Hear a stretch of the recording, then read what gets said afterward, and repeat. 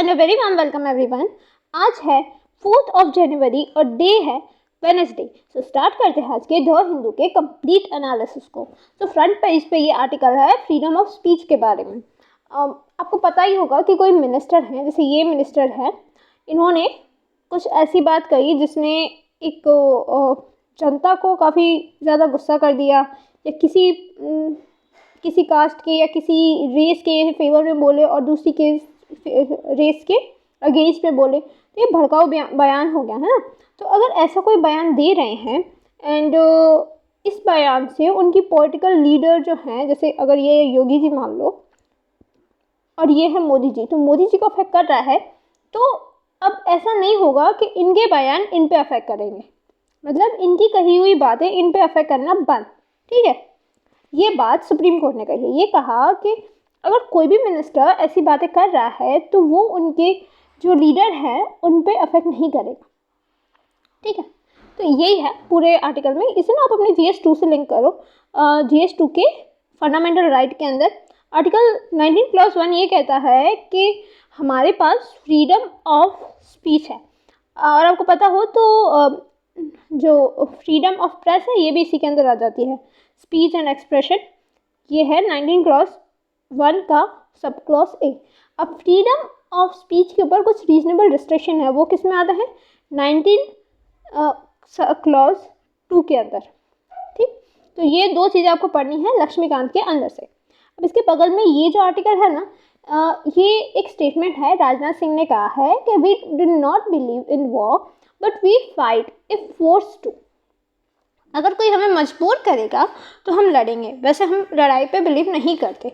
तो ये कहा है। एंड आगे इन्होंने ये मेंशन किया कि हमने BRO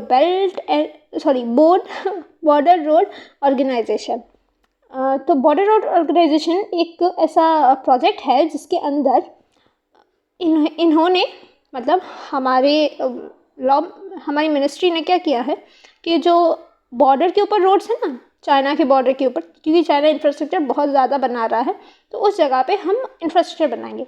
अब ये इंफ्रास्ट्रक्चर बनाने के लिए 724 करोड़ रुपीस का ये प्रोजेक्ट है, और इसके अंदर 22 ब्रिज बनाने हैं और 3 रोड्स बनानी है। सो ये है पूरा, इसके अंदर कुछ नहीं, बस belt and border road organisation के बारे में जानना है और इसके अंदर फ्रीडम ऑफ स्पीच के बारे में।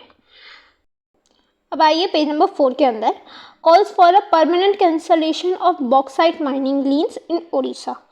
सो ये क्या है ना इशू, ये पूरा इशू है उड़ीसा के एक विलेज के बारे में। ये विलेज कौन से डिस्ट्रिक्ट में है? कोरापुट डिस्ट्रिक्ट। ठीक है, अब इस विलेज में क्या है, नॉर्मली जो विलेजेस हैं, 19 विलेजेस है ना, उनकी ग्राम पंचायत साथ में मिलके इन्होंने ये कहा कि हमारे इस डिस्ट्रिक्ट में आप माइनिंग नहीं करोगे। अब ये माइनिंग किसकी? बॉक्साइट की। अब आपको ये बताना है कि बॉक्साइट किसका ओर है। मेटल होते हैं ना, अब ये कौन से मेटल का ओर है ये आपको बताना है। सो इसके बारे में बात है। तो ये जो माइनिंग कर रही है ना, ये माइनिंग करने वाली कंपनी ने पहले भी ऐसा किया था और ये कहा था कि ये किसी वाटर बॉडी को अफेक्ट नहीं कर रहा, बट लोकल्स ने कहा नहीं, कैसे अफेक्ट नहीं कर रहा, ये हमारा सोर्स ऑफ वाटर है ना, और हम इसमें से ही एग्रीकल्चर करते हैं, हम इसी में से अपने क्रॉप्स उगाते हैं, यही पानी हम पीते हैं। सो ये कैसे अफेक्ट नहीं कर रहा है ना। अगर आप इस माइनिंग करोगे तो अफेक्ट करेगा और हमारे वाटर रिसोर्स को अफेक्ट करेगा, तो इसे एनवायरमेंटल क्लियरेंस मत दो। बट पहले ना इन्हें इस प्रोजेक्ट को एनवायरमेंटल क्लियरेंस मिल गई थी, तो ये कह रहे हैं नहीं, एनवायरमेंटल क्लियरेंस मत दो। और तो विलेजेस ये भी कह रहे हैं कि ये ना हमारी जो डेटीज़ हैं उन्हें अफेक्ट कर रहा है। क्यों? क्योंकि ये ना उड़ीसा के अंदर कुछ हद तक ट्राइबल पॉपुलेशन भी है इस एरिया में। सो वो जो पॉपुलेशन है ना, वो डेटीज़ को अपना सब कुछ मानती हैं, और वो डेटीज़ भी किससे मानती हैं? नेचर को। तो अगर आप माइनिंग करोगे तो नेचर को अफेक्ट करेगा, और नेचर को अफेक्ट करेगा तो उनकी डेटीज़ को अफेक्ट करेगा, क्योंकि ये सारी डेटीज़ को अफेक्ट हो रहा है, ये कह रहे हैं। तो इसी के ऊपर कांग्रेस अलग बोल रही है, BJP अलग बोल रही है। सो ये दूसरा है। हाँ, तो इतना ही था। तो यही है पूरी बात, सॉरी एक्चुअली मैंने ये वाला पार्ट भी पढ़ लिया था। सो यही है। अब आगे जाएं तो ये पेज नंबर 11 के ऊपर है। रिसेंटली प्रेसिडेंट द्रौपदी मुर्मू जी ने क्या किया, एक संविधान उद्यान भवन जो है उसका इनॉग्रेशन किया। सो ये क्या होता है, एक्चुअली जो पार्क होते हैं ना वो उसकी बारे में बात है। अब ये पार्क कोई नॉर्मल पार्क नहीं है, ये है कॉन्स्टिट्यूशनल पार्क। ये बनाया गया है और ये बनाया गया है एंड कहाँ है ये, हमारे राजभवन के अंदर। सो ये कह रहे हैं कि कॉन्स्टिट्यूशन एक लिविंग डॉक्यूमेंट है, क्योंकि इसमें अमेंडमेंट किए हैं, 105 टाइम्स अमेंडमेंट हो चुके हैं इसमें। और ये जो प्रोजेक्ट है ये कितने 9 करोड़ की कॉस्ट का बना। और इस प्रोजेक्ट के अंदर क्या होगा, स्क्रिप्चर्स होंगे, मॉन्यूमेंट्स होंगे, पिक्चर्स होंगी कि कैसे हमारा कॉन्स्टिट्यूशन बना है, ये सारी बातें हैं। अब कॉन्स्टिट्यूशन के ऊपर है तो ऑब्वियस सी बात है कि अब मैं आपसे कुछ पूछूंगी। अब देखो, अब आपको ना क्या करना है, पहले मैं क्वेश्चन पूछ रही हूँ वो पढ़ो, वो क्वेश्चन सुनो कान खोल के, एक जगह नोट कर लो। उसके बाद जाके लक्ष्मीकांत के अंदर nature of Indian constitution, making of Indian constitution, वो जाके पढ़ना है। चैप्टर नंबर 2 ही है। तो स्टार्ट करते हैं। पहला क्वेश्चन ये है कि पहली बार कॉन्स्टिट्यूशन का नाम किसने लिया था और कब लिया था। पहली बार कि हमें हमारा कॉन्स्टिट्यूशन बनाना चाहिए, ये बात किसने सजेस्ट की थी। ठीक है, ऑब्वियसली इंडिपेंडेंस से पहले की बात है। इंडिपेंडेंस से पहली बार किसने सजेस्ट किया था कि हमें हमारा कॉन्स्टिट्यूशन बनाना पड़ेगा। अब आगे नेक्स्ट क्वेश्चन ये है कि ऑब्जेक्टिव ऑफ रेजोल्यूशन जो था ना वो कौन लाए थे। ऑब्जेक्टिव ऑफ रेजोल्यूशन ये कौन लाए थे, इसका आंसर शायद सबको पता होगा। एंड ये बताओ कि 8 कमिटीज़ हैं, 8 कमिटीज़ थी, जिसमें से भीमराव अंबेडकर की एक ड्राफ्टिंग कमेटी थी, फिर और भी सारी 8 कमिटीज़ थी। इन 8 कमिटीज़ के नाम बताओ। ओके, और ये बताओ कि कॉन्स्टिट्यूशन बनाने के टाइम पे हमारे कॉन्स्टिट्यूशन में कितने पार्ट्स, कितने शेड्यूल और कितने आर्टिकल्स थे, जब वो कमेंसमेंट ऑफ द कॉन्स्टिट्यूशन के टाइम पे कितने थे। और हाँ, ऑब्जेक्टिव ऑफ रिजोल्यूशन के बारे में जो पूछा ना, ऑब्जेक्टिव ऑफ रिजोल्यूशन तो तब आया था, बट अभी अगर हम संविधान खोल के देखें तो उसके अंदर कौन सा पार्ट ऑब्जेक्टिव ऑफ रिजोल्यूशन को रिफ्लेक्ट करता है, कौन सा पार्ट ऑब्जेक्टिव ऑफ रिजोल्यूशन में से लिया गया है। एक बार रिपीट कर दूं मैं, छोड़ो लास्ट में आंसर बताऊंगी। तो ये सारे क्वेश्चन लो और जाके अपने लक्ष्मीकांत की बुक में से देख लो। सो आगे जाएं तो एडिटोरियल पे पेज नंबर 8 पे है, ये नीचे वाला है कि इंडिया ना ऑनलाइन गेमिंग को कैसे रेगुलेट करेगी। न्यू रूल्स आए हैं। अब ministry of electronics and information technology MeitY ने ये कहा कि अब ना हम एक सेल्फ रेगुलेटरी मैकेनिज़्म लाएंगे। अभी सेल्फ रेगुलेटरी मैकेनिज़्म क्या करेगा, एक्चुअली ना इसका ये पर्पस है कि ये सेफ गार्ड करे किसे, इंटरेस्ट ऑफ यूज़र्स को। कैसे, एक नए नॉर्म्स, वेरिफिकेशन और इन सारी चीज़ों को लाके ये ना ट्रांसपेरेंसी मेंटेन करेगा सिस्टम में, जो गेमिंग टेक्नोलॉजी है उसके सिस्टम में। एक्चुअली आप कई गेम्स होगी, आप गेम खेल रहे हो एंड उसमें से कहा जाता है कि आप अपनी बैंक का अकाउंट दो, आपने इतनी गेम खेली, इतने पॉइंट्स आपको मिले, हम आपको मनी प्रोवाइड करेंगे। तो अपनी बैंक का अकाउंट ना उन्हें दे रहे हो, तो वो ना ट्रांसपेरेंसी गवर्नमेंट तक रहेगी। अगर कोई गेम ऐसा कहती है तो ये मॉनेटरी एस्पेक्ट को भी प्रोटेक्ट करेगी आपके।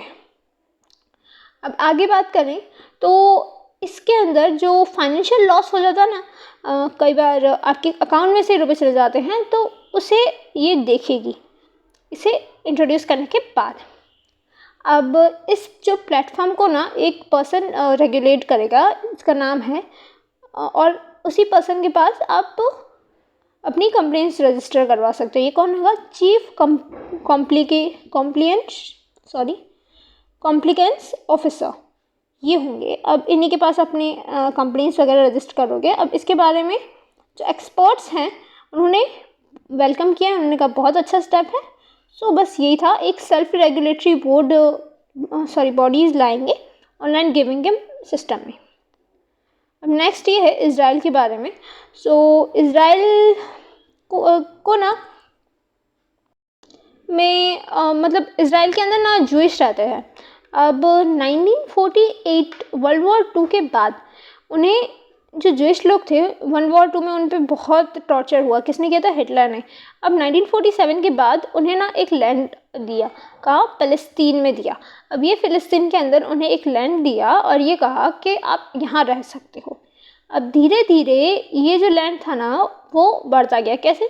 क्योंकि काफ़ी सारे वॉर्स हुए। फर्स्ट अरब इसराइल वॉर हुआ, फिर इसराइल ने कुछ टेरिटरी कवर कर ली अरब्स की, एंड ये सारी चीज़ें हुई। तो अब ये देखो, ये जो पार्ट है ना ये इसराइल है और ये फ़लस्तीन है, ये फ़लस्तीन है और ये भी ये फ़लस्तीन का ही पार्ट है। ये वेस्ट बैंक, ये गाज़ा पट्टी। सो ये है इसराइल। आप मैप में जाके सही से देख लेना। सो काफ़ी सारे वॉर हुए। अब अगर आप मैप देखोगे ना इसराइल का, तो इधर अलग अलग कंट्रीज़ हैं, पर ये सारी अरब कंट्रीज़ हैं और सारी कंट्रीज साथ में आके इसराइल पे वॉर करती थी और इसराइल हर बार जीतता था। मतलब कितने वॉर्स इसराइल ने कई सारे रीजन दूसरी कंट्रीज़ के भी कवर कर रही है, जैसे इजिप्ट का कर लिया, जॉर्डन और सीरिया का किया। वेस्ट बैंक कब्जा लिया था, वेस्ट बैंक का तो अभी भी कई कुछ हिस्सा इसराइल के पास ही है। फिर गाज़ा पट्टी भी कब्जा ली थी। फिर सीरिया का गोलान हाइट्स भी कब्जा लिया था। एक गोलान हाइट्स के ऊपर एक स्टोरी भी थी, मैंने पढ़ी थी, बढ़िया स्टोरी थी। एंड दूसरा सिनाई पेनिनसुला जो इजिप्ट का था वो भी कब्जा लिया था, पर बाद में ये सब रिटर्न कर दिया उन्होंने, ऐसा राइटर ने लिखा है। एंड आगे बात करें तो इसी के बारे में बात है। एक्चुअली इसके अंदर पूरा ये बैकग्राउंड इसलिए दिया है क्योंकि रिसेंटली यूएन के अंदर ये बात हुई कि हमें ना एक रेजोल्यूशन लाना चाहिए कि हमें ऐसा यूएन के अंदर एक रेजोल्यूशन पास हुआ जिसमें ये कहा कि हमें ना इसराइल और फ़लस्तीन की situation international court of justice के अंदर लानी चाहिए। ये बात हुई कि कैसे इसराइल ने जो फ़लस्तीन है उसका पार्ट ऑक्यूपाई किया, कब्जाया। ये सारी बातें इस पूरे एडिटोरियल में है, यही पढ़ना था और कुछ नहीं। इसके अंदर वोटिंग्स वगैरह भी हुई थी। अब आगे जाएं तो ये है preventing animal cruelty in is a duty of state. Sorry, एक सेकंड। हाँ देखिए, तमिलनाडु, ये पूरा वापस बोलती हूँ, preventing animal cruelty is a duty of state.